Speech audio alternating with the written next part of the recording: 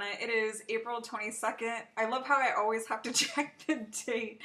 It is April 22nd. It is Veda 22, or in my case, it's vlog every other day in April for the most part. I know I've missed some videos and I don't know. Sometimes you just do the best you can. So this video, I wanted to address some concerns of a particular client of mine who shall remain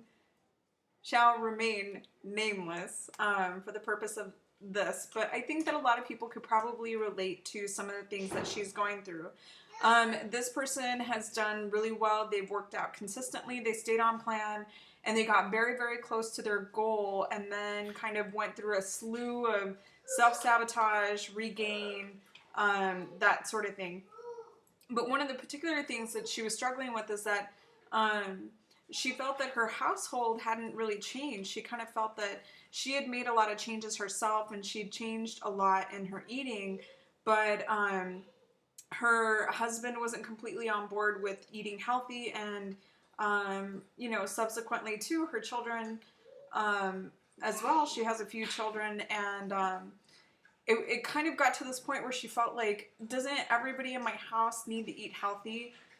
And I totally hear you and I totally feel you. And the ideal answer would be that yes, that everybody in your house would want to eat healthy and be active and just completely do a lifestyle makeover. And none of us would eat processed foods. Our kids wouldn't eat processed foods. They wouldn't be picky eaters, and they would eat vegetables and fruit and great sources of protein all day long. That's not the way it happened for me. And you know, for people that are like that and their whole lifestyle revolves around being healthy, that is wonderful and amazing, and I totally commend you for that. For me personally, I was actually on program for 7 months before my husband kind of got on board. That being said, I never pushed him to get on board with me. I never made him feel bad about the choices that he was making. I just had to keep on track for myself. So I kind of, a few things that I want to say is, one, you know, if somebody in your household definitely needs to lose weight and definitely needs to get healthy, sometimes the only thing that we can do is serve as an example for them. I think that people will become very hesitant to kind of lecturing or feeling obligated or feeling forced to do something that worked for you, and I think that they become more and more resistant to it. I think for me, you know, mind you, I went for 7 months. That means I lost over 70 pounds before my husband got on board. My husband didn't have as much to lose as I did, but he still had some weight that he needed to get off.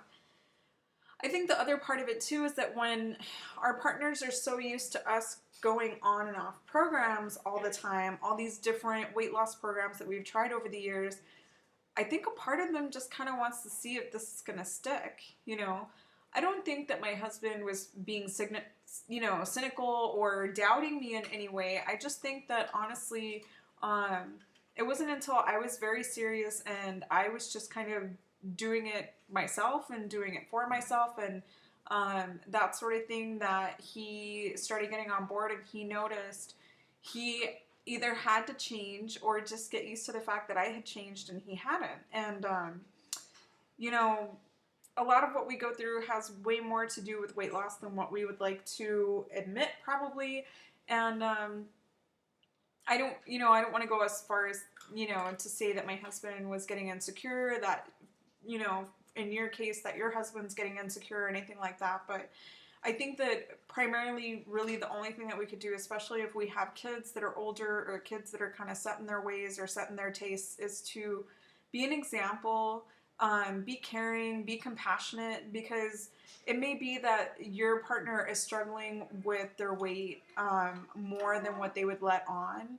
And I think that, you know, I try and, even having kind of been through this and been on the other side of it, I kind of start to think, if I had a really good friend, and I do have really good friends that are significantly overweight, if I had a really good friend, would I approach them lovingly and kind of gently, or would I even approach them at all? Or would I just kind of let them know that I'm here for them whenever they're ready, or I can share healthy recipes with them, but I'm not in any way kind of trying to make it my job to convert everybody, you know?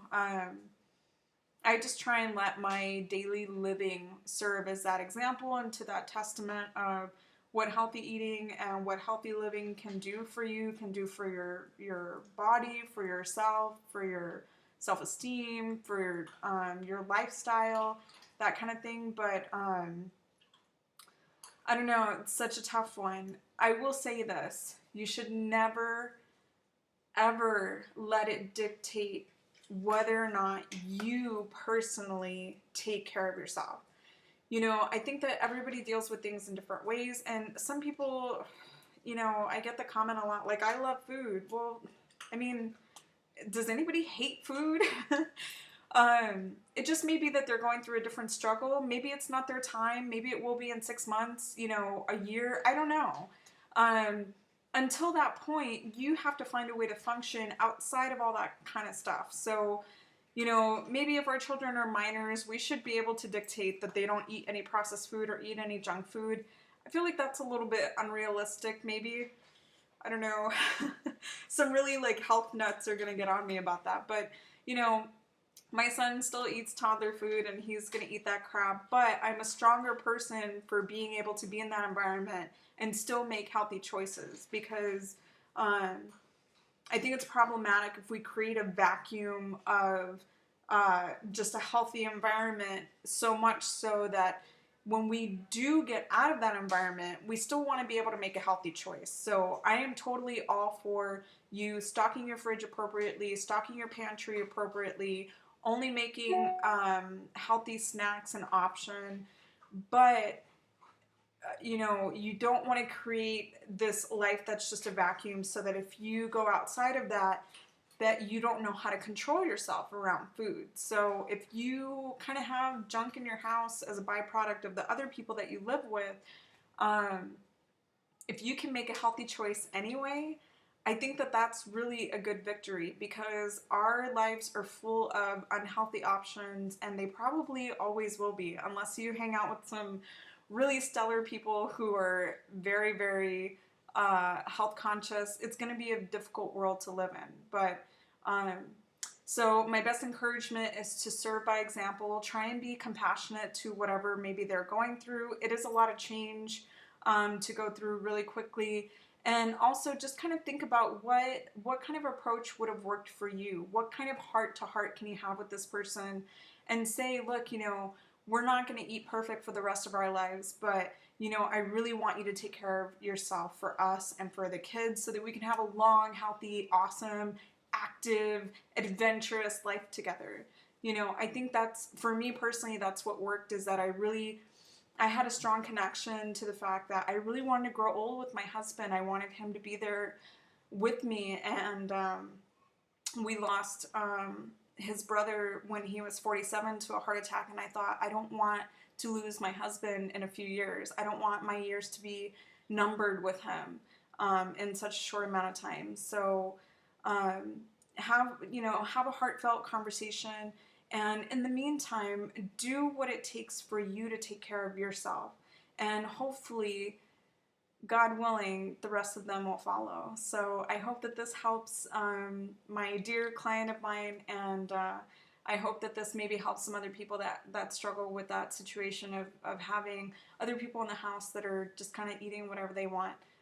It doesn't mean, it's kind of like going to a party. Just because everybody else is doing it doesn't mean you have to do it too. And you know, you never know. It may be your perseverance, and it may be your example, and it may be your tenacity and your unwavering dedication to yourself that makes other people seek that change and inspires other people to think, well, you know, this person isn't always perfect, and this person may eat junk in maintenance every once in a while, but, you know, they're really doing it, and they're serious about it, and look at the wonderful, amazing changes that are going on in their life because of it.